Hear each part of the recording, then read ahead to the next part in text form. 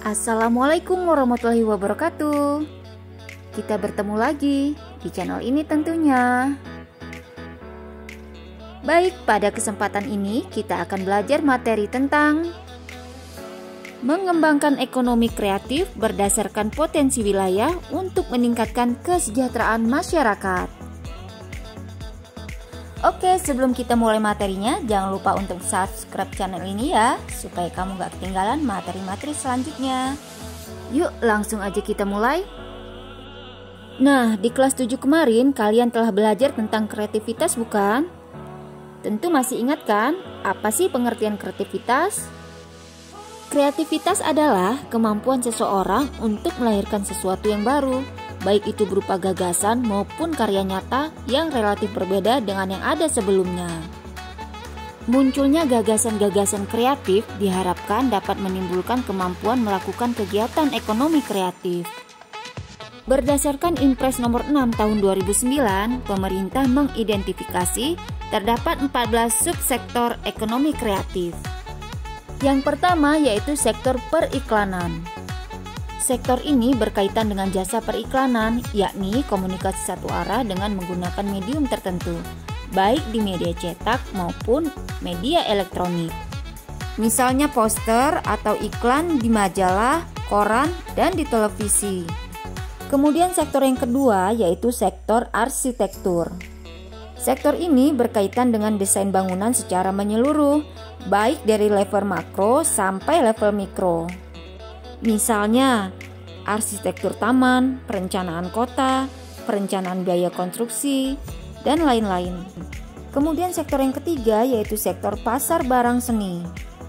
Sektor ini berkaitan dengan perdagangan barang-barang asli, unik dan langka, serta memiliki nilai estetika seni dan sejarah yang tinggi. Barang-barangnya meliputi barang-barang musik, percetakan, kerajinan, automobil, dan film. Kemudian sektor yang keempat yaitu sektor kerajinan.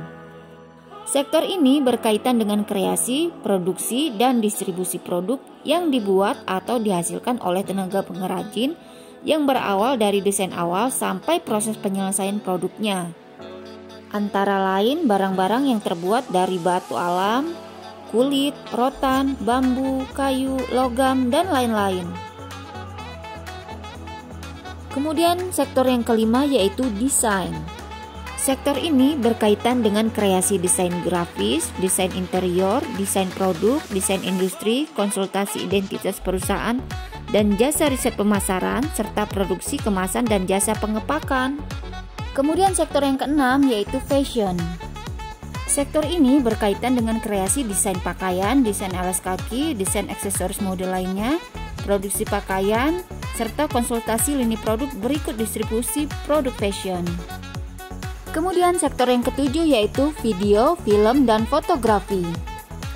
Sektor ini berkaitan dengan kreasi produksi video, film, dan jasa fotografi, serta distribusi rekaman video dan film. Kemudian sektor yang ke-8 yaitu permainan interaktif atau game. Sektor ini berkaitan dengan kreasi, produksi, dan distribusi permainan komputer dan video yang bersifat hiburan, ketangkasan, dan edukasi. Yang ke-9 yaitu sektor musik. Sektor ini berkaitan dengan kreasi atau komposisi, pertunjukan, reproduksi, dan distribusi dari rekaman suara. Selanjutnya sektor yang ke-10 yaitu seni pertunjukan atau showbiz. Yang termasuk dalam sektor ini misalnya saja pertunjukan wayang, pertunjukan balet, tarian tradisional, drama, musik tradisional, opera, dan lain-lain. Kemudian sektor yang ke-11 yaitu penerbitan dan percetakan. Sektor ini berkaitan dengan penulisan konten dan penerbitan buku, jurnal, koran, majalah, tabloid, dan konten digital, serta kegiatan kantor berita dan pencarian berita. Selanjutnya, sektor yang ke-12 yaitu layanan komputer dan peranti lunak. Sektor ini berkaitan dengan pengembangan teknologi informasi, termasuk layanan jasa komputer, pengolahan data, pengembangan database, dan pengembangan peranti lunak, serta lain-lainnya. Kemudian sektor yang ke-13 yaitu televisi dan radio. Sektor ini berkaitan dengan usaha kreasi, produksi, dan pengemasan acara televisi, penyiaran dan transmisi konten acara televisi dan radio, termasuk kegiatan siaran radio dan televisi. Dan sektor yang terakhir yaitu sektor riset dan pengembangan. Sektor ini berkaitan dengan usaha inovatif yang menawarkan penemuan ilmu dan teknologi serta mengambil manfaatnya guna untuk perbaikan produk dan kreasi produk terbaru. Nah, itu tadi 14 sektor ekonomi kreatif yang dikembangkan oleh pemerintah. Yang selanjutnya kita akan bahas strategi dan upaya pemerintah untuk meningkatkan ekonomi kreatif. Ada 5 strategi yang digunakan pemerintah untuk meningkatkan ekonomi kreatif. Yang pertama yaitu menyiapkan insentif untuk memacu pertumbuhan industri kreatif berbasis budaya. Kemudian yang kedua yaitu membuat roadmap industri kreatif yang melibatkan berbagai lembaga pemerintah dan kalangan swasta.